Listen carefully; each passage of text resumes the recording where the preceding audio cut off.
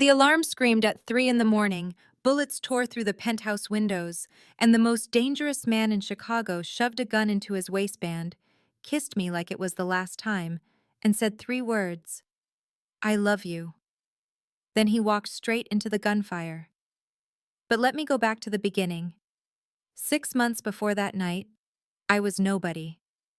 A secretary buried under paperwork, drowning in medical debt, invisible to everyone, including the man I secretly loved for 2 years. I never looked at him. He never spoke my name. Until the night a rival's son made the mistake of calling me beautiful at his table. Theo Valentini slammed his fist so hard the room shook, killed a deal worth millions, and backed me against a wall with 5 words I will never forget. "You have always been mine." That was the night I stopped being invisible. And the night I walked into a world of power, obsession, and a love so dangerous, it nearly got us both killed. This is a story about what happens when you stop hiding from your own life. It's about the courage it takes to be seen, truly seen, by someone who terrifies you, and the price you pay when you finally let yourself be loved. If you've ever felt invisible, stuck, or afraid that wanting more would destroy everything, stay until the very last word. This one was made for you. The buzz from the overhead lights matched the pounding in my head. For 2 years, my job was to be invisible to Chicago's most dangerous man. My nights were a constant sacrifice to his criminal empire, Valentini Industries. The clock read 9:47.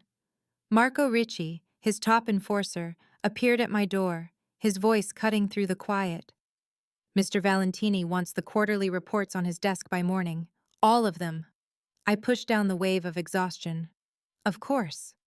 He left, and the sound of his shoes on the marble faded. I was alone with an impossible demand. There were 17 reports. Each one was an hour of work. The math was simple and cruel. My phone buzzed. It was my mother's nurse. "She is asking about you." Guilt twisted inside me. I needed this overtime to pay for her treatment, a vicious cycle I could not break. I pulled an energy drink from my drawer. This was an emergency. My reflection in the dark window showed a 26-year-old who looked 40. The dark circles under my eyes were the price for a salary no honest job could match. I had learned not to ask about the armed men in the lobby or the grim, quiet meetings. I knew what Theo Valentini was. Everyone in Chicago did. The newspapers called him a businessman. The streets had a different name for him, but his paychecks never bounced. I finished the first report in 43 minutes, my fingers moving on their own. At 11:15 the elevator chimed. My heart began to race. It was him. His presence always charged the air with electricity. I focused on my screen, trying to disappear as his footsteps grew closer. He would walk past me, like he always did. But tonight, he stopped. The footsteps paused right beside my desk. I slowly looked up, my breath frozen in my chest. Theo Valentini stood there, his dark suit still perfect. At 34, he moved with the certainty of a man who was never told no. His stormy gray eyes swept over me, and I felt completely exposed. I had faced that intense stare only 3 times in 2 years. Each time, it felt like he could see every one of my weaknesses. "You are still here." His voice was a low rumble. "Marco said you needed the reports," I answered. "I am on the 3rd one." "All 17? He asked. "Yes, sir." He was quiet for a moment. His eyes moved from the empty energy drink can to the mountain of files, then back to my face. I fought the urge to fidget. "How long have you worked for me, Miss Morgan?" The question was a surprise. 2 years next month. In those 2 years, have I ever given you an impossible task? I hesitated. Difficult tasks, but never impossible ones. He checked his watch. 17 reports in 7 hours is impossible. "I can do it," I said, my voice defensive. His jaw tensed. "I prefer my employees functional, not martyred. Complete what you can tonight. The rest can wait until tomorrow." It was the longest conversation we had ever had, and the kindest thing he had ever said. I was speechless. Thank you, sir. He nodded and walked to his office. I let out a shaky breath, but he stopped at his door and turned back. Miss Morgan, go home at midnight. That is not a suggestion. The door clicked shut, the sound booming in the silent office. He had never shown concern for me. He had never looked at me like I was more than a chair. I tried to push away the strange warmth in my stomach. He was a dangerous man. I was just his efficient secretary. I finished 6 reports by midnight and packed my things. A light was still on under his door. The next morning, I arrived at 7:30. A hot coffee from my favorite shop was waiting on my desk. There was no note. I knew who it was from. The day flew by in a series of calls and meetings. Some were normal. Others involved men who used the private elevator and left no record of their visit. I conducted this dangerous orchestra from my desk. At 2 o'clock, Marco returned. Mr. Valentini wants you in the conference room. My stomach dropped. The conference room? In 2 years, I had never been summoned there. That room was for important meetings that shaped his empire. Secretaries were not welcome. I walked in and found Theo at the head of a long table. He was with 3 men. I recognized 2 of them.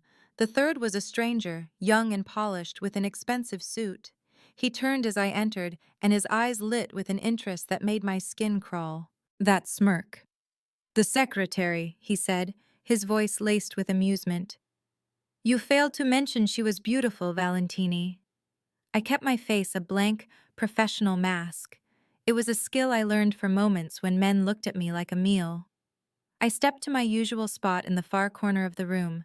It was close enough to take notes, but distant enough to be invisible. Miss Morgan manages my schedule, Theo stated, his tone completely flat. She is here to observe. The stranger, Caruso, smiled wider.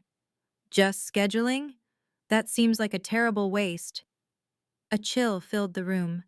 Theo's associates became intensely interested in their documents. While Theo's expression never changed, a dangerous light flared in his eyes. Miss Morgan's duties are not your concern. I finally placed the name, Vincent Caruso. He was the son of a rival family, here to negotiate a fragile peace with Theo's organization. This was a delicate, vital meeting, and I was trapped in the middle. No offense, Caruso said, raising his hands as if to surrender. I was just curious. Does your lovely secretary have a boyfriend? If she is available, I would be very interested. The crack of Theo's palm on the table echoed like a gunshot. His associates jumped. I froze completely, my pen stuck above the page. This meeting is concluded. Theo's voice was lethal, cold, and precise. Gentlemen, escort Mr. Caruso from the building. Caruso started to protest. But we are not finished. Out. 2 men immediately flanked Caruso, guiding him firmly to the door. He left with a look of confused anger. When the door shut, a heavy, suffocating silence fell, leaving just me and Theo. I needed to leave, to go back to my desk and forget any of this occurred. But my feet felt cemented to the floor, paralyzed by a dangerous energy that made my heart pound. Theo rose from his chair, his movements slow and predatory. He circled the large table, each step deliberate, until he stood right before me. He was so close I could smell the rich scent of cedar and smoke from his cologne. I had to crane my neck to look up at him. His voice was a low growl. For 2 years, I have watched you. For 2 years, I have heard your voice and pretended not to notice the scent of your perfume. My breathing stopped. This was not possible. Theo Valentini barely knew I existed. I do not understand, I whispered. He stepped forward, forcing me back until my shoulders hit the wall. He placed his hands on the wall on either side of my head, trapping me. He did not touch me, but I felt the heat coming from his body. You thought I never saw you? His gaze was intense, burning into mine. I notice everything about you, Tessa. Everything. He had never spoken my first name. The sound of it from his lips sent a strange shiver through me. Then why? I asked. Because you work for me, he said, his jaw tight. And I thought I could maintain control. I thought I could keep my distance. His thumb gently traced my bottom lip. The simple touch sent a jolt of electricity through my body. But then he looked at you, like you were an object he could possess, and I lost my mind. My heart slammed against my ribs. This was my boss, my very dangerous boss, who had me pinned against a wall, looking like he wanted to consume me. "You are mine, Tessa," he said, his voice rough with possession. "You have been mine since you walked in here for your interview. Mine since you figured out exactly how I take my coffee without ever being told." His other hand came up, tilting my face to his. "Tell me you feel this," he commanded. "Tell me these past 2 years have not been torture for me alone." I should have lied. I should have pushed him away and remembered how much I needed this job. But I had been lying to myself for 2 years. "I feel it," I breathed out. The words hung in the air between us, charged and dangerous. His thumb continued its slow path across my lip. "Say it again." His voice was a raw command. "I feel it," I repeated, the denial of 2 years shattering under his intense gaze. "I have felt it from the start." A strange sound, half growl and half laugh, escaped his throat. "Tessa, you have no idea what you do to me. Watching you sit at that desk, so professional, so distant." He stopped himself, his jaw clenching as he fought for control. He dropped his hand and took a step back, creating a space between us. The sudden loss of his body heat was like a physical shock. "This creates a problem," he said, running a hand through his perfect hair. "You are my employee, and my life. It is not a safe place for someone like you." Reality returned like a splash of cold water. He was right. This was a fantasy. I needed the money from this job for my mother's medical care. And he was Theo Valentini, a man whose enemies had a habit of disappearing. I drew myself up, finding my professional voice. "You are correct. We should forget this conversation happened. I will return to my work." "I am not letting you go," he said, his eyes locking with mine. "That is not what I said. I said it creates a problem. There is a difference." My heart leaped. "What are you saying?" he asked.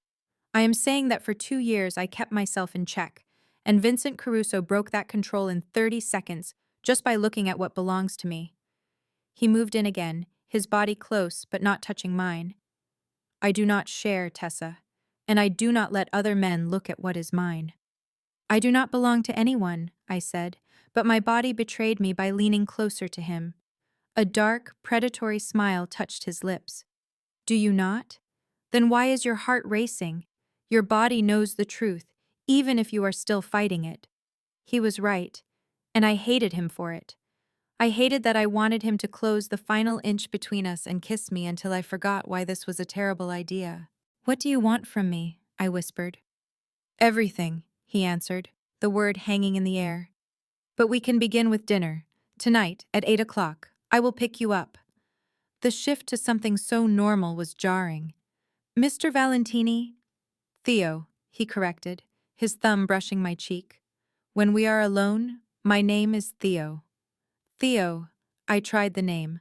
"I do not think this is wise." "Probably not," he admitted, stepping away to give me room. "But I am done with wise ideas when it comes to you. I am done fighting this." He walked back to the table and gathered the scattered papers. When he looked at me again, his face was the controlled mask I knew so well. But now I could see the fire underneath. "Return to your desk, Miss Morgan, and tonight, wear something nice." He paused. "But not too nice." He told me I was the one thing he could not control. Then he left me there, trembling and lost. But I felt more alive than I had in years. The day passed in a blur. I tried to work, but my mind kept seeing him in the conference room. I kept hearing the promise in his voice when he called me his. At 5:30, his man Marco appeared. He placed a small box on my desk from Mr. Valentini. My hands shook as I opened it. Inside was a new phone. A note read, "Your number is saved. So is mine. Answer when I call." I looked up, but Marco was gone.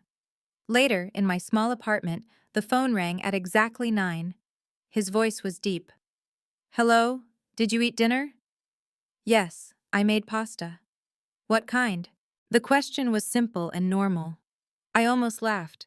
Spaghetti with garlic and oil. Why? I am learning about you. What you eat, what you like. He paused. I have wasted 2 years, Tessa. I am not wasting another minute. We spoke for an hour. I told him about my mother's illness and the crushing medical bills. He just listened. He did not offer empty words. She is proud of you, he finally said, for surviving here, for being strong enough to ask for help. I did not ask for help. I just took a job. You work for the most dangerous man in Chicago. That is either courage or desperation. I think it is both. He was right. The next day felt different. When Theo passed my desk, his hand brushed my shoulder. He found reasons to call me into his office for questions he already knew the answers to. He would ask for coffee that Marco could have made. Each time, his eyes burned with a hunger that made it impossible to think.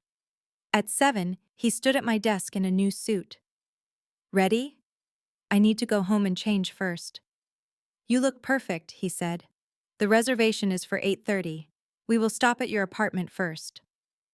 Of course, he knew where I lived. His car was a black Mercedes with dark windows. Theo held the door for me, his hand afire on the small of my back. During the ride, his leg pressed against mine.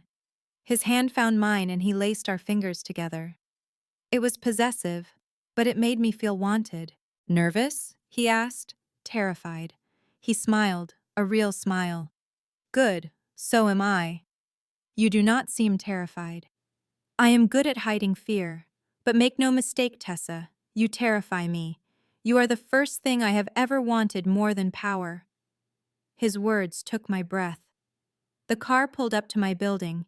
Theo's face darkened as he looked at the graffiti and the broken security door. How long have you lived here? Since I moved to Chicago. Pack a bag, he ordered. What? Pack for a few days. You are not staying here again. Panic rose in my throat. Theo, I cannot afford another place. I am not asking you to, he said, his eyes intense. You will not spend another night here. I have a safe building downtown. A unit is free. It is yours. I cannot accept that. Yes, you can, he said, his hands holding my face. I told you, you are mine. That means I protect what is mine, and I do not let what is mine live in a place like this. This is too much. I do not do things halfway, Tessa. I packed a bag. The truth was, I had always been afraid in that apartment. Afraid of the sounds, the broken locks, the men on the corner. The restaurant was exclusive. We were seated in a private corner. Theo ordered for us in flawless Italian. He told me his father insisted he learn the language of his family. Something dark crossed his face. His father insisted on many things. He is no longer alive. He died when I was 22. He left me his empire and all its burdens. He took a sip of wine. I was not ready. But power does not wait. You either take it, or it destroys you. Do you ever wish you had chosen something else? His smile was sad. Every day. But this life is who I am now. The food was perfect. We talked easily. He asked about my childhood. He asked about my dreams before life got in the way. I wanted to be a teacher, I told him. I loved working with children. But my mother got sick. I had to drop out of college and use my tuition money for her care. By the time she was stable, I had debt instead of a degree. You gave up your dreams for her, Theo said, his hand covering mine. That is not nothing, Tessa. That is everything. Dessert came. It was tiramisu. Theo watched me with an intensity that made me blush. What? I asked. I am memorizing you. The way you close your eyes when something tastes good. The little sound you make. His voice dropped lower. I told you I wasted 2 years. I am making up for lost time. Heat rushed through me. Theo, I want to kiss you. His eyes held mine. I have wanted to kiss you since last year, since you walked into my office in that blue dress. Then why have you not? Because once I start, I am not sure I can stop. And you deserve better than me losing control in a restaurant. The ride to his building was torture. His hand rested on my thigh, a silent claim. The apartment was on the 20th floor. From the massive windows, the entire city spread out below. It was elegant and larger than any place I had known. Theo explained the 24-hour security. He told me Marco lived on the 15th floor, and his own penthouse was on the 40th. He gave me a keycard. It opens every door, he said, even the private elevator to my home. I cannot afford this. He called it a benefit of the job. He moved closer, trapping me against the counter. I protect what belongs to me, Tessa. His hand guided my head up. Tell me to leave. Tell me you need boundaries. Tell me anything but what I want to hear. What is that? That you want this. That these last 2 years have been agony for you too. That you are ready to stop fighting what is between us. I should have pushed him away. I should have set rules and been sensible. But I was so tired of being sensible. I was tired of giving things up, of telling myself no, because life taught me that good things never come for free. Kiss me, I whispered. He did not need to be told a second time. His mouth came down on mine, hungry and rough.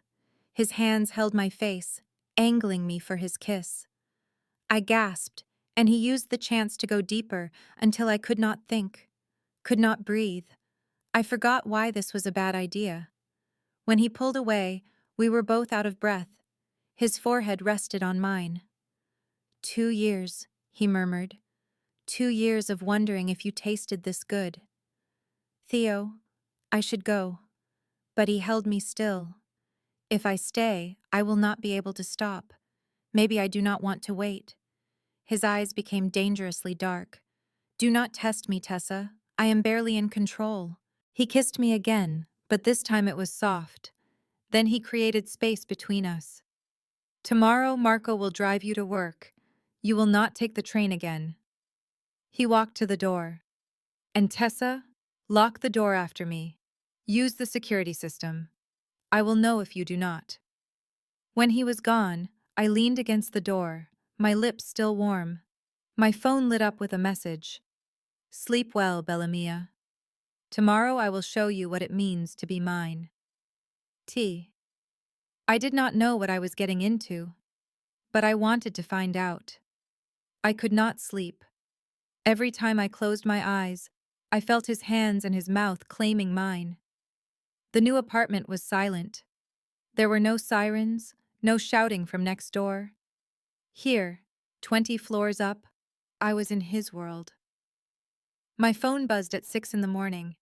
It was an unknown number. Marco, lobby in 1 hour. I looked at myself in the mirror after my shower. My lips were still a little swollen from his kisses. There was a small mark on my neck where his thumb had been. It was evidence that last night was real. I chose my clothes with care, a fitted burgundy dress I had owned for months, but was always afraid to wear. Today was not a day for being invisible. Marco was in the lobby at exactly 7 in the morning. His face showed no emotion. He held the car door open for me. "Good morning," I said. "Miss Morgan?" he replied as the car started. "Mr. Valentini wanted me to review the security rules with you. You have access to his private gym and the rooftop.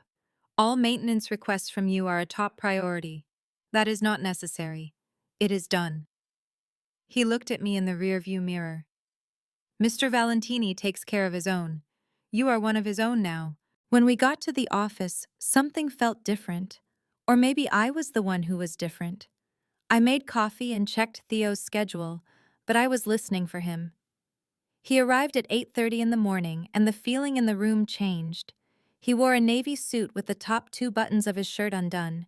His eyes went right to me, and the look in them made my throat dry. "Miss Morgan." His voice was professional, but his eyes were not. My office, now. I grabbed my tablet and followed him. I could feel Marco's knowing stare. The moment the office door shut, he was on me. His hands were on my face as he kissed me with a desperate need. "Missed you," he said against my lips. "All night I thought about how you taste." "Theo, we are at work. I do not care." His mouth traveled to my neck. "I spent 2 years caring about being proper. I am finished with that." His hands slid down to my hips.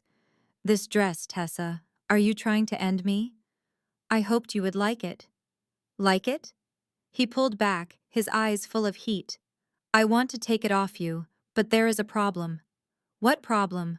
"I have meetings all morning, one with the Caruso family." His jaw got tight. "Vincent will be there with his father. You need to stay away from the conference room.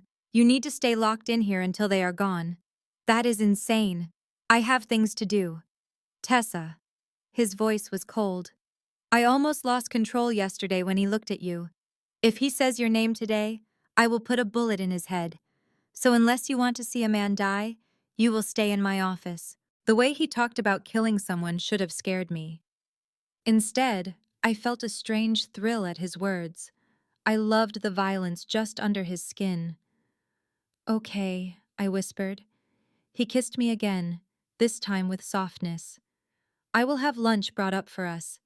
And tonight, I am taking you out. Somewhere I can touch you without anyone watching." He stepped away from me.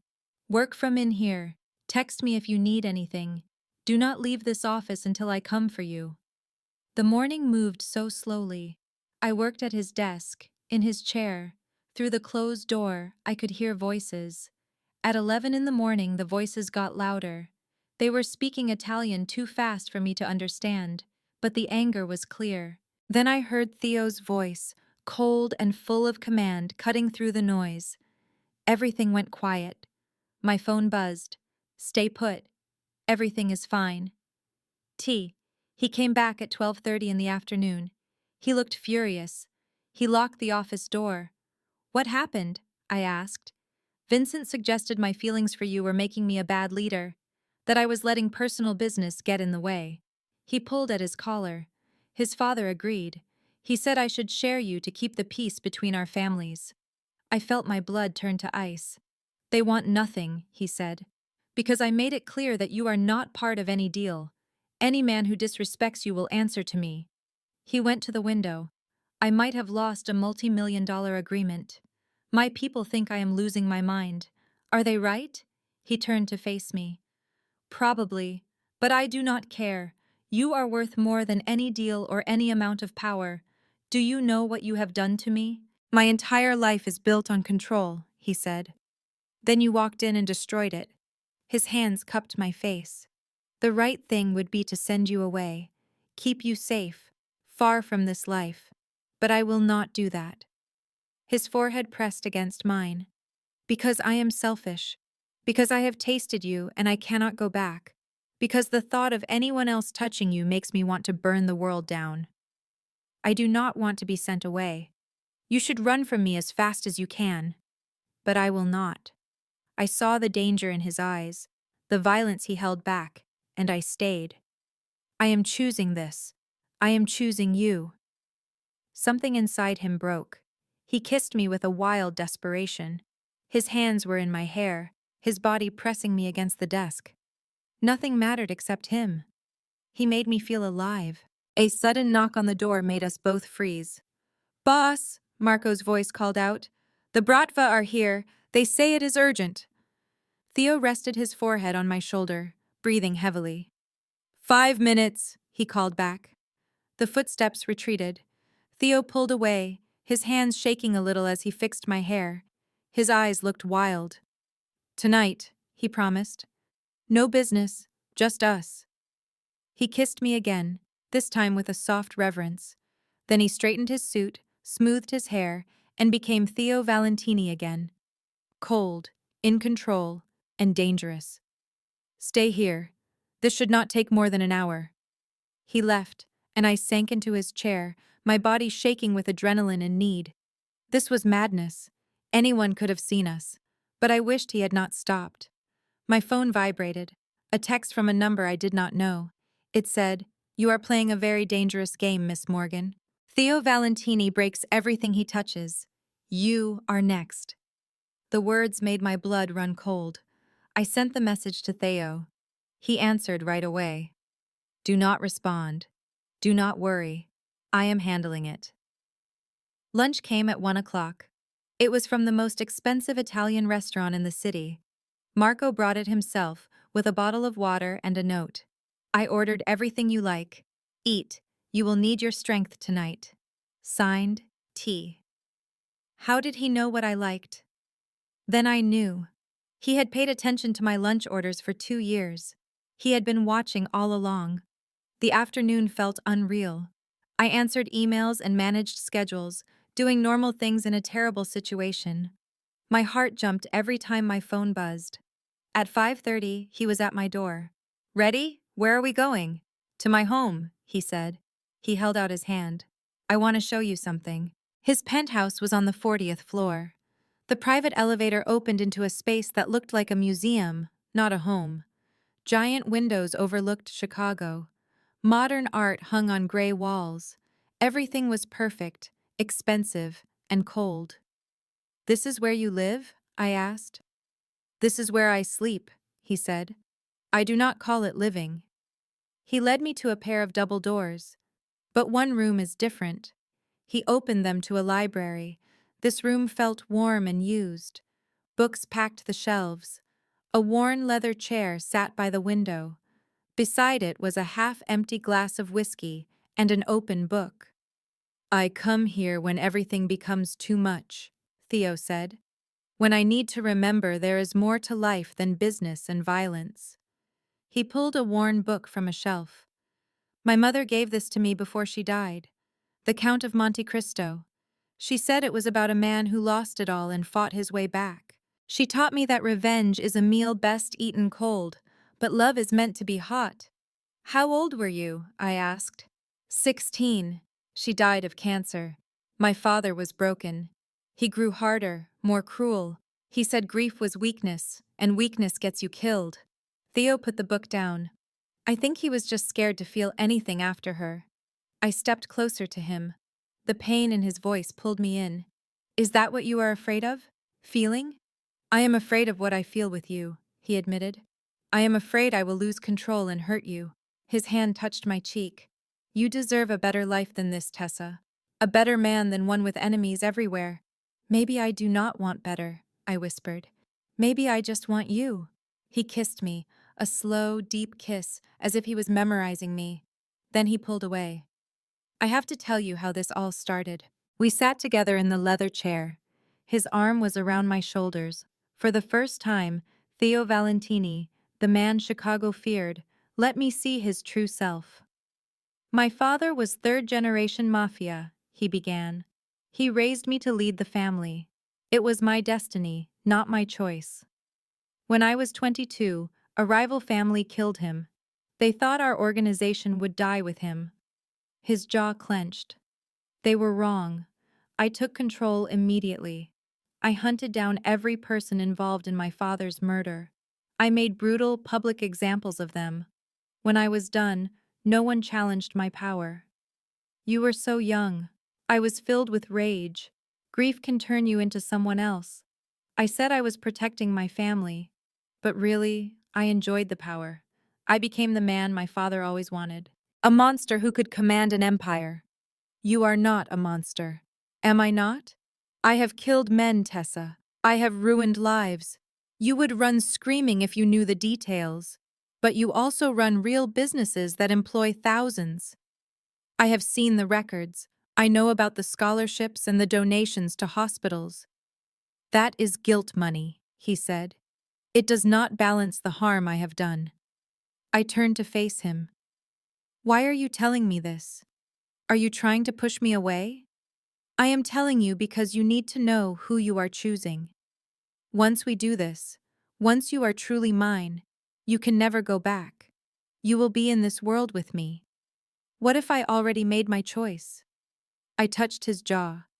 What if I chose you 2 years ago? His eyes grew dark. Then God help us both. He kissed me with a wild softness. His hands were gentle, but his touch was full of hunger. He stood up, lifting me with him, and carried me to his bedroom. The room was simple. It held a huge bed and windows showing the city lights. He placed me on my feet. "Last chance," he said, his voice low. "Tell me to stop. Tell me you need time. Tell me anything but yes." "Yes," I whispered. "Yes to what?" "Say it. Yes to you. To us. To whatever happens next." A fierce, possessive look came into his eyes. "You are mine now. Do you understand? Mine to protect, and mine to cherish." His thumb brushed my lip. "Mine to claim, then claim me." And he did.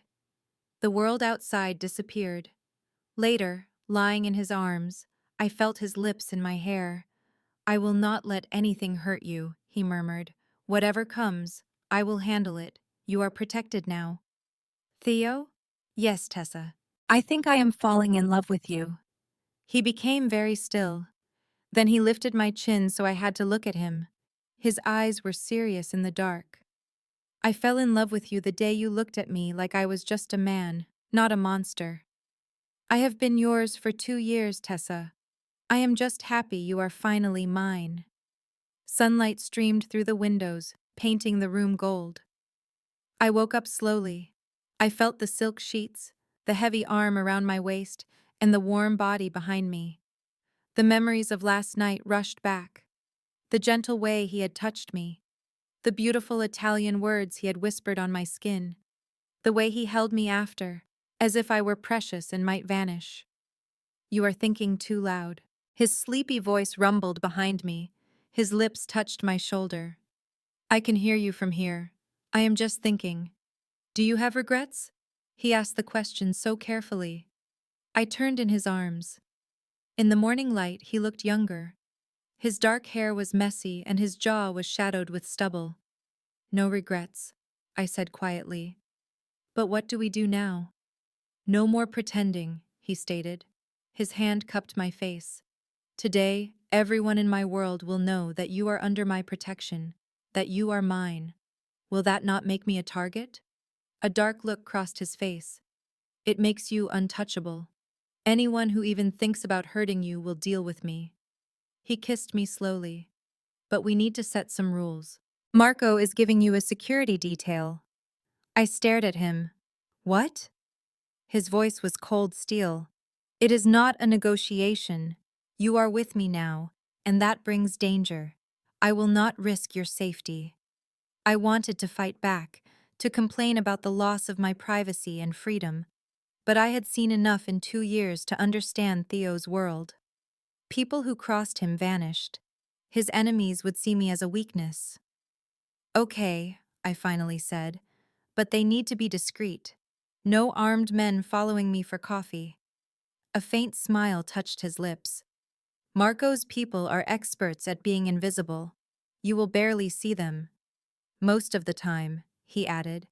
"Sometimes your protection will be more important than secrecy. You must trust me, Tessa." His phone vibrated on the table.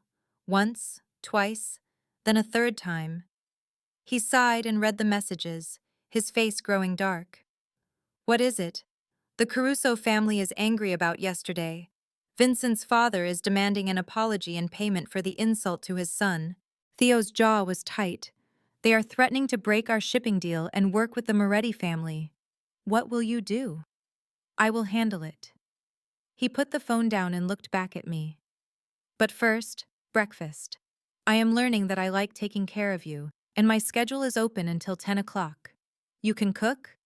My mother made sure of it. She said a man who could not feed himself was not a real man. He got out of bed without a second thought, pulling on black boxers that hid nothing of his perfect body. "Stay put, I will bring it here." As he left, I fell back onto the bed, staring up at the ceiling. This was all happening so fast. 24 hours ago, I was just his secretary. Now I was in his bed, with his protection, entering a life I did not understand. My phone buzzed on the nightstand. It was a text from Marco. "Security is set. Officer Chen will meet you at the office. She is your primary agent." Then a second text came from a number I did not know. Enjoy this. Theo gets tired of his toys. A chill went through my body. I erased the message instantly, but my hands were trembling. Who sent that? How did they get my number? Theo came back 20 minutes later holding a tray. It had perfect scrambled eggs, bacon, fresh fruit, and coffee just the way I like it. He was wearing gray sweatpants low on his hips, his chest bare. I could see the muscles move under his skin and a scar near his ribs. It was long and ugly, clearly from a knife, not a surgeon. What happened to you? I asked, lightly touching the mark. 5 years ago, a problem with a rival group. He decided a blade would make his point better than talking. Theo's voice was flat, but his eyes were like ice. He was wrong. Did you hurt him? Yes. There was no doubt or regret. He attacked me with a knife. I used a gun. The result was what you would expect. I should have been disgusted. I should have recognized the violence that was part of his life. But instead, I found myself tracing the scar. It was proof he was human, that he could be hurt and had survived. You are not afraid of me, he said, a note of surprise in his tone. Should I be? Most people are, especially women. I am not like most women. I looked straight at him. I know you have hurt people, Theo, but I do not believe you would ever hurt me. Never. The word was a promise. I would destroy the world before I let anyone harm you. We ate breakfast. The simple act felt unreal. Theo Valentini was feeding me fruit and stealing kisses, making me laugh with stories about his nephew. He was showing me the man behind the monster. At 9:30, we got ready for work. I put on a new black dress and a leather jacket. Theo walked around me, his eyes full of heat. You look like you are mine, he said with satisfaction. Is that supposed to be a compliment? It is everything. He pulled me close, his lips finding the soft skin under my ear. Tonight, we are having dinner with my sister and her husband. They want to meet the woman who finally broke my self-control. Panic tightened my chest. Your family, so soon? Rosa has been begging me for months to bring a woman to Sunday dinner. She will adore you. He gave me a soft kiss. And if she does not, it makes no difference. You are mine. The drive to work was not like the hundreds of mornings before. Instead of sitting apart in silence, his hand was on my leg.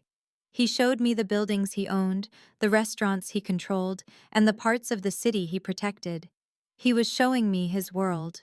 Marco was in the garage with a small Asian woman in her early 30s. She wore jeans and a blazer that barely hid a gun.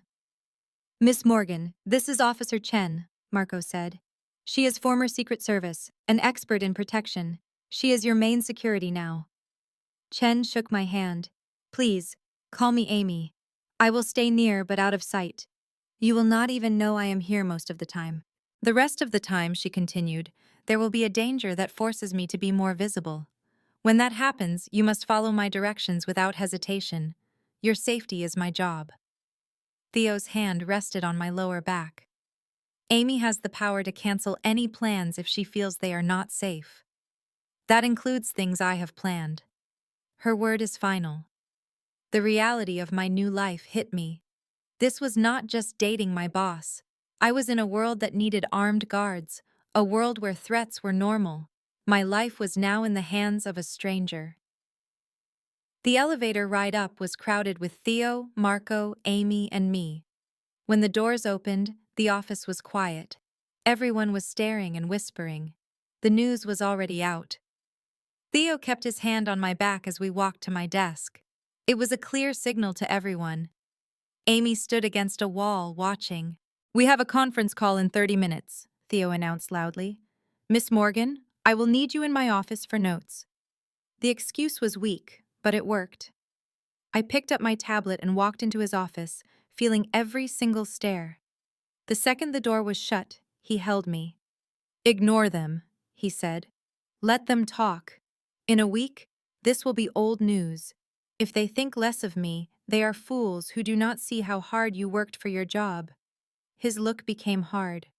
And if anyone dares say that to you, they will be gone by the end of the day. The call was with investors for one of Theo's legal businesses, a group of Italian restaurants. I took notes, watching him become the perfect businessman. He was charming and convincing, with no sign of the danger beneath. When it was over, Marco stood at the door. The Caruso problem needs you now. Vincent's father is here with a lawyer. Theo's face turned to stone. Put them in conference room 1. Get the advisors and call Franco. I want our lawyer there for this. He looked at me. Stay here. Lock this door. Do not open it for anyone but Marco or Amy. Theo, please. He held my face in his hands. I have to know you are safe while I take care of this. Can you promise me that? I nodded. He kissed me hard and then left. Amy came into the office just before the door shut. I will stay with you, she said. It is just a precaution. Do you think something will happen? I think Mr. Valentini is a careful man, and being careful is what keeps people alive. The next hour was torture. I tried to work, but every shout from the other room made me flinch. I heard a crash, like breaking glass. Then I heard Theo's voice, quiet and deadly. My phone vibrated. It was the unknown number again. He will get you killed. Leave now before it is too late. I handed the phone to Amy. She read the message without changing her expression. Marco will trace the number. Until then, do not answer them. Who would do this? I asked. Who is sending these messages? Mr. Valentini has many enemies. Some might see you as a way to attack him. Others might think they are saving you from him. My only job is to keep you safe. Then the doors to the conference room opened. I heard Theo's voice, cold and final. Tell Vincent that if he ever goes near Tessa again, I will kill him myself. Father or no father, alliance or no alliance, that is a promise. A moment later, Theo stood in the doorway. His tie was loose, his knuckles were cut, but his eyes were shining with victory. It is handled, he said. What happened? They demanded a large piece of our shipping profits for the next year to make up for the disrespect to Vincent. He walked to his desk and poured a whiskey. I told them to get lost. Theo explained they had threatened a deal with the Morettis to seize our eastern shipping lanes. He downed his whiskey in a single motion. I reminded them the Morettis were working with federal agents, that their whole operation was collapsing from the inside. Joining them would be a death sentence. They finally retreated after I made a promise. I would set fire to every ship in the port before giving them a dime for their bruised egos. He put the glass down and looked at me. I made it perfectly clear you are not to be touched. I told them any move against you would bring a swift and violent response. The calm fury in his voice should have scared me. Instead, a feeling of safety washed over me. I was standing in the calm center of a hurricane, shielded by the storm itself. Come here, he said gently. He pulled me into his arms, holding me tight as his heart pounded against my ribs. I have made you a target, he finally admitted. By claiming you in public, I painted a bullseye on your back. I know. And you are staying? I leaned back to see his face. I am staying. His eyes flashed with relief and something more possessive. He gave me a hard kiss, as if sealing a permanent pact. The door opened without a sound. Marco stood there with a grim look. Boss, we have a problem. The Brada just hit one of our warehouses. 3 of our guys are down. Theo changed instantly. The gentle man holding me was gone, replaced by a cold commander. Fatalities? 2 gone, 1 is critical. Pull our people out of there, he ordered. Secure all other locations and find out who ordered this. His voice was lethal. I want names by tonight. Marco nodded once and left. Theo looked at me again, his eyes hard. This is my world. It is dangerous. People die. Enemies attack. Violence is our language. He touched my face, his gentle gesture a sharp contrast to his rage. This is your last chance, Tessa. Leave now and I will see that you are protected. I will set you up somewhere safe. But if you stay, you are completely in. There is no middle option. I thought of my mother in Ohio and the hospital bills that were now paid. I thought of the small apartment I never had to see again. I thought of 2 years spent feeling like a ghost, just trying to survive. Then I thought about how Theo saw me, like I was the most important thing in his world, worth burning it all down for. I am all in, I said. His smile was predatory and proud. Then hold on, Bellamia, because we are just getting started. The warehouse attack ended our slow courtship. Theo's world was now my world. There was no going back. That night, instead of dinner with his sister, we were in a crisis meeting with his inner circle. I sat quietly in the corner, with Amy nearby, and watched Theo become the leader his enemies feared. That was not a random attack, Marco said, sliding photos onto the table. They knew exactly which warehouse to hit, knew our security, and knew the timing of the shift change. Someone gave them the information. A traitor. Theo's voice was like ice. An older man, Salvatore, leaned forward. It could be the Caruso family, hitting back after this afternoon. Or maybe someone who thinks the boss has a new weakness, a younger man named Dante said. His eyes flickered toward me for a second. No offense, but the timing is bad. You claim a woman, and a few hours later, we are attacked. The room went cold. Theo's hand on the table balled into a fist. Are you suggesting my private life is why my men are dead? Dante suddenly looked worried. I am suggesting our enemies see an opportunity. They think you are vulnerable. Then they are about to learn a hard lesson. They will learn what happens when they confuse love with weakness. Theo scanned the room. Tessa stays. She is under my protection, which means she is under all of our protection. If that is a problem for anyone, you can leave right now. We will call it a clean break. The room was still. No one said a word. Good. Marco, I want a full review of every person who had that warehouse schedule. Check their recent bank records. Look for anyone with sudden cash. And spread the word. I am paying $100,000 for the name of the person who sold us out. The meeting went on for another hour as they made their plans. I kept hearing Dante's words in my head. Was I making Theo weak? Were people dead because of me? When the meeting was over, Theo told everyone to leave except Marco. As soon as the door shut, he faced me. Stop. His voice was sharp. Do not you dare blame yourself for this. How did you know? He asked. Because I know you. He knelt in front of me until our eyes met. He said the Bratva saw an opportunity to expand and had been planning this for a long time. You are not the cause of this, Tessa.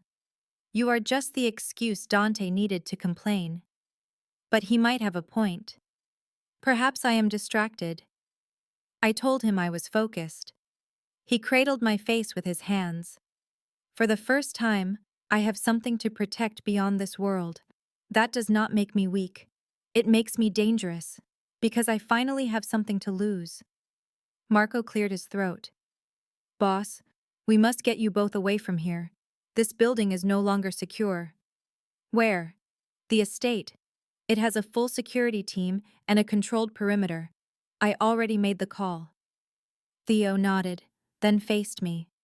Go to your apartment and pack a bag. We will stay at my family's home until this is over. How long will that be?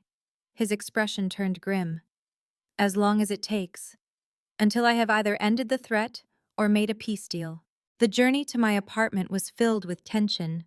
Amy was in the front seat, her hand resting near her gun. Marco drove, his eyes always checking the mirrors.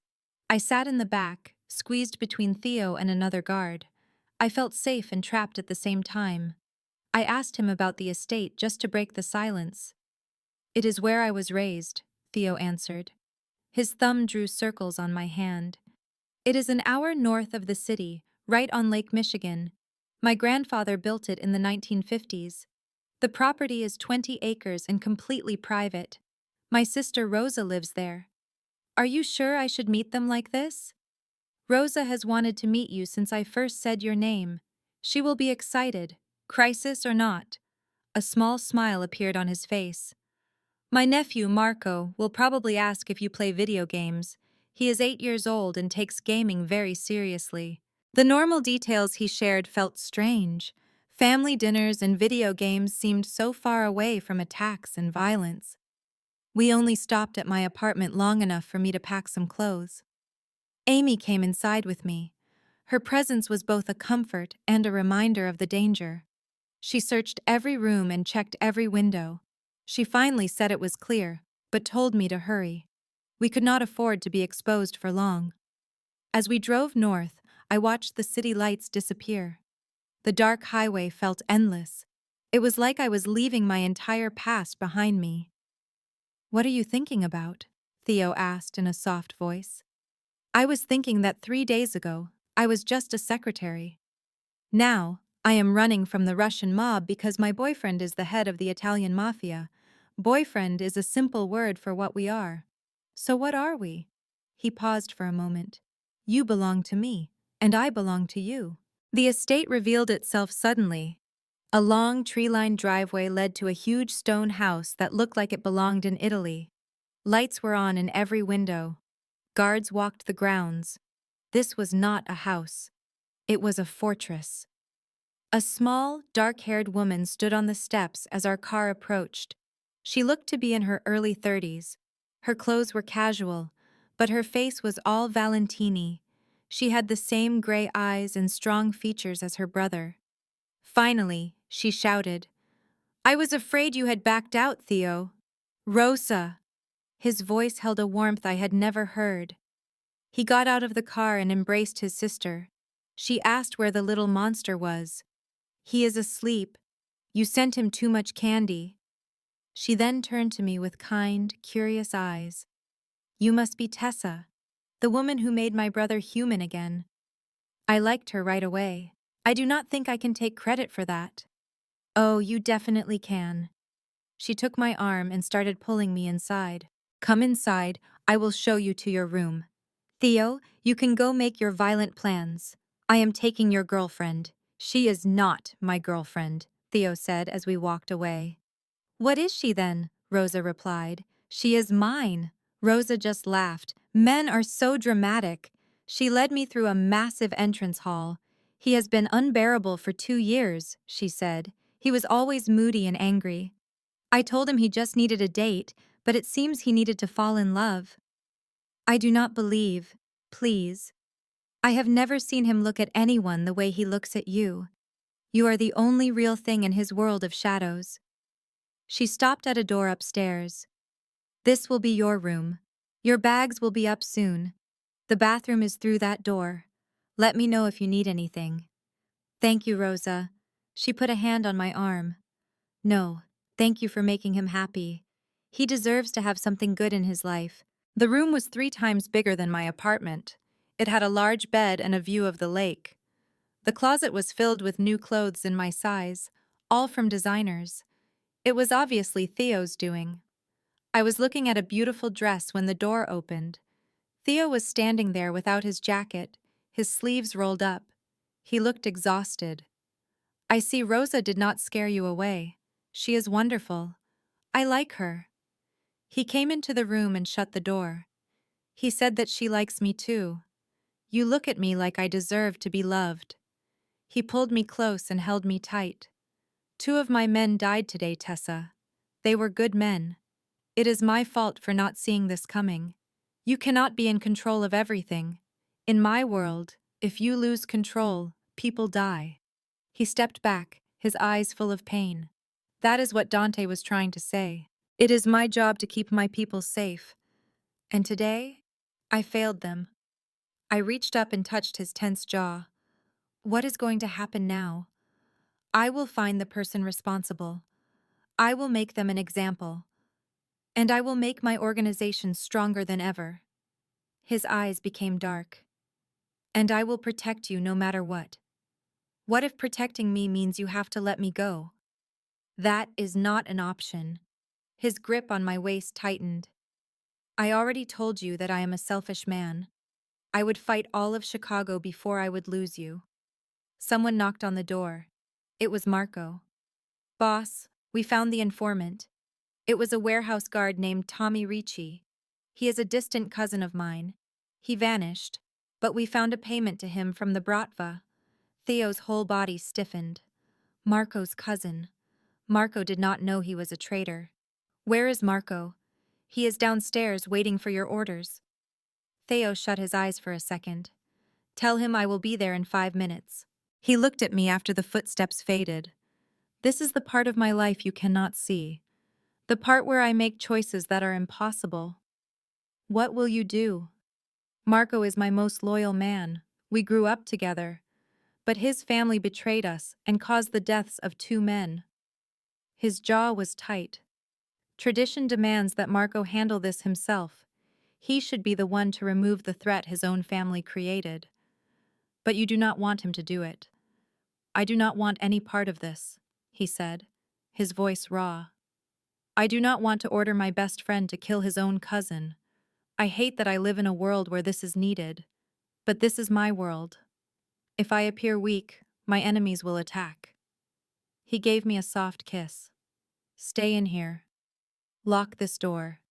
Amy will be right outside. I have to go be the monster they all expect. Theo, please. Tessa, you must let me keep this world away from you. Let me protect you from this darkness. After he was gone, I stared out at the dark water. Downstairs, Theo was deciding who would live and who would die. Somewhere in the city, men were hunting other men. I was here in this fortress, wondering if love could ever connect our two different worlds. My phone vibrated. It was another blocked number. The message said he could not protect me forever. There are too many enemies who want to use you to hurt him. It told me to leave while I still could. This is your final warning. I erased the text, but I was trembling. Amy came into the room as if she could sense my fear. Was it another message? I just nodded. She held out her hand for my phone. She looked at it, and her face grew serious. These texts are coming from many numbers, but they are all routed through a private network. It is a very skilled setup. What does that mean? It means this person has money and technical skill. She returned my phone. I will tell Mr. Valentini that you need a new, secure phone. Until then, do not answer any unknown numbers. Are they serious? Am I really in danger? Amy's face was honest. Anyone near Theo Valentini is in some danger. We just have to find out if these threats are real or just a scare tactic. I stayed in the suite all evening, too wound up to rest. Rosa knocked around midnight carrying a tray. Theo figured you wouldn't come down. He's busy, so I brought you food. She placed the tray down. And wine. You look like you need it. As we sat, the whole story came spilling out of me. The threats, the guilt over the warehouse attack, everything. Rosa just listened. When I was done, she took my hand. My brother has known this life since he was a boy. He understands the cost. And he is still choosing you. She looked right at me. That tells you how much he cares. Theo does not make choices like this by accident. But people are dead. People have always died in our world. That is not your fault. It belongs to the men who choose violence, who see lives as pieces in a game. She paused. My husband, Antonio, was an accountant. When he learned about my family, he could have run. He stayed. It has been hard, and sometimes terrifying.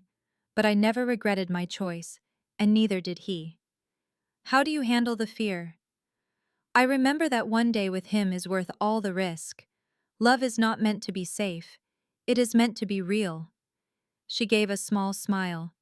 I also take kickboxing lessons and keep a firearm nearby. Practical steps for a complicated life. After she left, I felt stronger in my decision. Theo came in around 2 in the morning. He looked completely worn out, moving quietly so he would not wake me. How did things go? It is handled, he said, his voice hollow. Marco is taking care of his cousin. We cut the Bratva connection, and I have doubled security everywhere. He began to undress with robotic movements. I could see fresh bruises on his side and a new cut on his cheek. What happened? The interrogation was difficult. The answers did not come easily. He met my gaze. I can give you the details, but I am warning you, they are ugly. No, I do not need to know. Relief washed over his expression. Good. There are dark parts of my life I want to keep away from you. He slid into bed and pulled me close. His heart was pounding. This was not the confident man from the office. This was someone burdened by terrible choices. "I am proud of you," I whispered. He stiffened. "For what?" "For protecting me from that darkness, for being human under all that armor." He held me tighter. "I love you," he said, the words sounding raw. "I know this is fast, but I have loved you for 2 years. I cannot hide it. I love you too." And I meant it, despite all the danger and the problems. We fell asleep wrapped in each other's arms. The next 3 days felt like we were under siege. Theo was in constant meetings, planning his next move against the Bratva. Rosa became my guide to this new world. "Never ask direct questions about the business," she told me over coffee. "If Theo wants you to know, he will tell you. Asking forces him to either lie or put you in danger." That sounds like a path to mistrust. It is a path to survival. What you do not know cannot be forced out of you. She spoke of torture as if it were a normal risk of the job. Not that anyone would touch you now, but the rule is important. I was learning the language of this life. Handled meant someone was gone. A conversation meant a brutal interrogation. On the 5th day, Theo found me on the terrace. He put a blanket around my shoulders. "The situation is under control," he said. "Marco found the men responsible. We sent a clear message that attacking my organization will bring a powerful response. They are backing off for now." His arms held me close. "We can return to the city if you are ready. Try to have a normal life." Normal life? The words sounded strange. Is that possible? "I do not know, but I want to try." He turned me to face him. "I want to take you to dinner without bodyguards. I want to wake up with you without planning for an attack. I want to give you a life you deserve." "What if the life I deserve has you in it, guards and all?" His face softened. "Then I am the luckiest man in the world." We went back to Chicago that afternoon. The penthouse felt different. It felt like our home. He had cleared space for my clothes and my things. "I called your mother's hospital," he said as we made dinner. I almost dropped my knife. "You what?" "I hope it is all right. I wanted to understand her condition and see if there were other options." He kept his focus on the vegetables he was cutting. "They have an experimental treatment with good results, but insurance will not pay for it. I signed her up for the trial. All of it is covered." I could barely speak. "Theo, that is too much." "It is nothing." He finally met my eyes. "Your mother is sick, and you have carried that weight by yourself for years. You are with me now, Tessa. Your problems are my problems." I went and wrapped my arms around his waist from behind, pressing my cheek against his back. "Thank you," I whispered. "Always," he promised. Later, in bed, he traced lines on my skin. "I need to ask you something." His serious tone made me anxious. "What is it?" "There is a charity gala next month. All the important families will be there, from legitimate businesses to our world. It is neutral territory, a place to show strength." He hesitated. "I want you to go with me, as my partner, not my assistant." "Is that not dangerous?" "Amy will be there with half my security. The event itself is safe. No one breaks the truce there because the punishment is absolute." His fingers moved along my collarbone. "But this will be a public declaration. Everyone in Chicago will know you belong to me, that you are under my protection. There will be no more questions. And you want that. I want to show you to the world. I want every man in that room to know that you are mine, and that hurting you means answering to me." He gave me a soft kiss. "But you have to be ready. After this, you are not just my secretary. You will be Tessa Morgan, Theo Valentini's woman, with everything that means." I thought about the threats, the danger, and the dead men at the warehouse. My mother was in Ohio, finally getting the treatment she deserved. I woke up next to Theo each morning, and he looked at me like I was his entire world. I told him I was ready. His smile was intense and possessive. He said Rosa would take me shopping for a dress that would stop traffic. He wanted everyone at the gala to know exactly who I was with. The next few weeks were a whirlwind.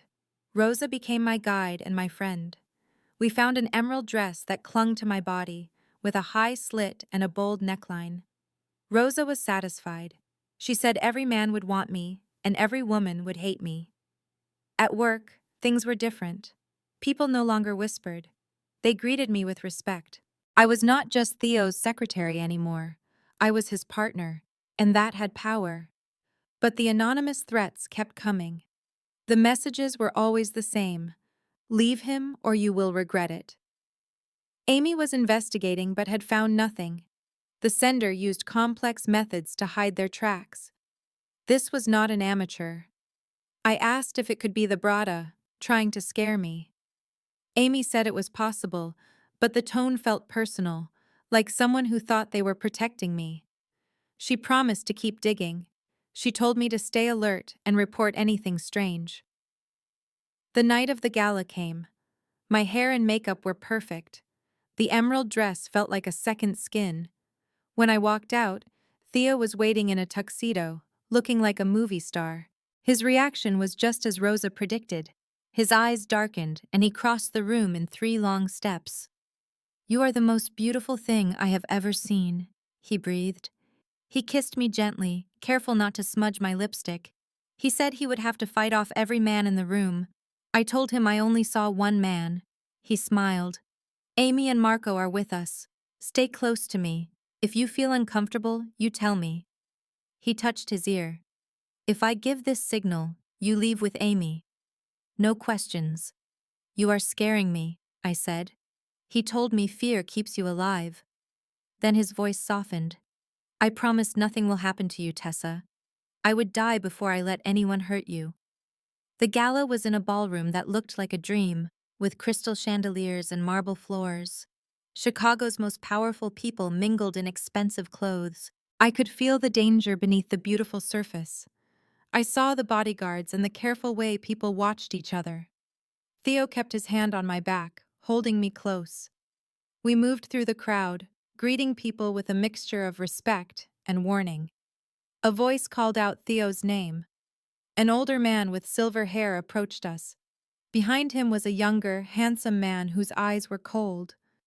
Theo's voice was empty. "Don Moretti and Lorenzo. I was not aware your family was coming." The Don smiled smoothly. "We could not miss it. Not when we heard you were bringing a new friend." His eyes moved over me, judging me. I kept my face blank, remembering Rosa's words. "Never show fear. It is an invitation for attack." "My fiancé," Theo said, his voice like ice. "Tessa Morgan." My heart leaped at the word, but I showed nothing. This was a game of power. Don Moretti's eyes were still cold. "Lorenzo, greet Miss Morgan." Lorenzo stepped closer. I saw a flicker of something in his eyes. He said, "It is a pleasure. Tell me, how does a woman like you get involved with a man like Valentini?" I kept my voice light. "I could ask you the same thing. How does anyone end up anywhere?" Lorenzo almost smiled. "She has fire. Be careful, Valentini." Theo pulled me closer. Fire can be dangerous, or it can be exciting. He then led me to the dance floor. As we danced, he whispered in my ear. "Fiancé," I repeated. He said he had not planned it, but the words came out when the Don looked at you like property. He looked into my eyes. "We can make it official later, or we can let it be a story for tonight. It is your choice." "What if I want it to be real?" I asked. His eyes burned. "Then say yes. Yes." He kissed me right there, in front of everyone, claiming me as his. I saw Rosa smiling from across the room. I saw Marco give a nod of approval. Other faces were not so happy. The rest of the night was a blur of fake smiles and quiet threats. Theo never left my side. As we were leaving the hotel, I saw a face in the crowd that made my heart stop. It was Mark, my ex-boyfriend, the one who left me with nothing but debt. He was here, and he was staring right at me. I must have gasped, because Theo turned. My whole body went stiff. He felt it instantly. What is it? I told him it was nothing, just someone I used to know. His eyes searched the room, but Mark had already vanished into the sea of people. It was an old ghost at a new feast. I knew then that real power is about protection, and mine was about to be tested. The car ride was silent, but my thoughts were loud. Mark's presence here was not a coincidence. That night, as I lay in Theo's arms, I felt a familiar dread. The peace we had built felt fragile, like glass ready to shatter. "What are you thinking about?" Theo whispered. I told him the truth, that I love him, and that I am scared. He promised it would end with us together. Everything else was just noise, but then my phone vibrated. An unknown number with a simple message. "I warned you, it is too late." An instant later, the penthouse alarm screamed to life. Theo was already moving, pulling on his pants and grabbing the gun from the nightstand. "Stay here," he ordered. "Lock this door." He told me not to open it for anyone but him or Amy. He kissed me hard. "I love you," he said. "Remember that." Then he was gone. I was left alone with the piercing alarm and the crushing certainty that our time was up. I heard men shouting through the locked door. Then I heard gunfire, glass shattered. My hands trembled as I called Amy. "Stay where you are," she said. "We are handling it." It was a Bratva hit team. They broke through our first line of defense, but Theo has this. The line went dead. I stood frozen in the middle of the room, wearing only his shirt. Every part of me wanted to run, but I had promised to trust him. The minutes felt like hours. The sounds of the fight slowly died down. Then there was only silence. The handle on the door began to turn. I fumbled with the lock. He was standing there, a mess, with a fresh cut above his eye. But he was alive. "It is over," he said. "They are gone. You are safe now." I threw myself into his arms. He held me tight. I thought, I heard the shots. "Shh," he said. "I am fine." He carried me to the bed and held me. They tried to get in, but they failed. He promised it would not happen again. He was adding more security, making the entire place a fortress. "This is because I said yes, isn't it? Because you claimed me." He shook his head. "This is because the Bratva saw a weakness. They thought they could use you to hurt me." His hand touched my face. "But they were wrong. They did not hurt you. They only made me angry. And tomorrow they will learn what that means." The cold rage in his voice should have scared me. Instead, I felt completely safe. "I saw someone at the gala," I said. "My ex-boyfriend, Mark." Theo became very still. "Tell me about this Mark." So I told him everything. The bad relationship, the money he owed me, the way he just left. When I was done, Theo called for his advisor. "Marco, run a complete background check on a man named Mark Harris. I want to know where he has been and who he works for." Theo's voice was quiet. "Pull his phone records. I want to know if he has been calling Tessa." The realization hit me. "You think he sent the threats?" He looked at me. "It is too much of a coincidence. Your ex shows up on the same night we are attacked. We will find out the truth. And if he has threatened you—" He did not have to finish the sentence. We stayed awake all night while Theo worked with his security team. By morning, the mess was cleaned up. The bodies were gone. The penthouse was secure. Marco came back with the first report on Mark Harris. "He works as a financial consultant," Marco said. "But his clients include companies with known Bratva ties." "Bring him in," Theo commanded. "I want to talk to Mr. Harris." "You cannot just take him," I said. He smiled. "I am not taking him. I am inviting him to a meeting. If he is smart, he will come." 2 days later, I watched through one-way glass as Mark was brought into a conference room. He looked terrified. Theo walked in, and all the color drained from Mark's face. "Mr. Harris, thank you for coming." "Did I really have a choice?" Mark's voice was thin. "You always have a choice," Theo replied. "You have made some very interesting ones lately." working for our enemies, showing up at a gala, following my fiancé. Theo's tone was light, which made it much more frightening. I just want to know why. I do not know what you mean. Theo slid a folder across the table. It held phone records, copies of texts from burner phones, and photos of Mark watching my apartment. Mark broke down. I was trying to protect her, he cried. I heard terrible things about you. I thought if I scared her, she would leave you before you could destroy her. His eyes were wide with a desperate sincerity. I loved her. I never wanted her to get hurt. Through the glass, I felt a strange flicker of understanding. He was wrong, but his reasons were not evil. Theo leaned back. Here is what is going to happen, Mr. Harris. You will stop trying to contact Tessa. You will leave Chicago. You will pray I never think of you again. If you ever show your face in her life again, Theo said softly, I will make you wish you had never been born. The quiet threat was more powerful than any shout. I understand, Mark whispered. Good. There is a plane ticket to San Francisco waiting for you. I have arranged a job for you there. Start a new life. Forget Tessa Morgan ever existed. After Mark left, Theo came to me. He was telling the truth, he said. He will be gone. The threat from the Bratva was dealt with. Life started to feel almost normal. Theo and I found our rhythm. He proposed a month later on the estate terrace with his mother's ring. My mother was getting better. Her doctors were hopeful. She met Theo on a video call and gave us her blessing through happy tears. He loves you, she said. I can see it in his eyes. But he is a dangerous man, I warned her. Life is dangerous, she answered. Love is dangerous. But it is the only thing that makes it all worth doing. She smiled. Be happy. 6 months after our first meeting, I stood in a beautiful wedding dress. Rosa helped me with my veil. Are you ready? She asked. I am terrified, I told her. Good, she said, squeezing my hand. That means you understand. But you have made my brother happier than I have ever seen him. You gave him hope. The ceremony was small, with only family and close friends.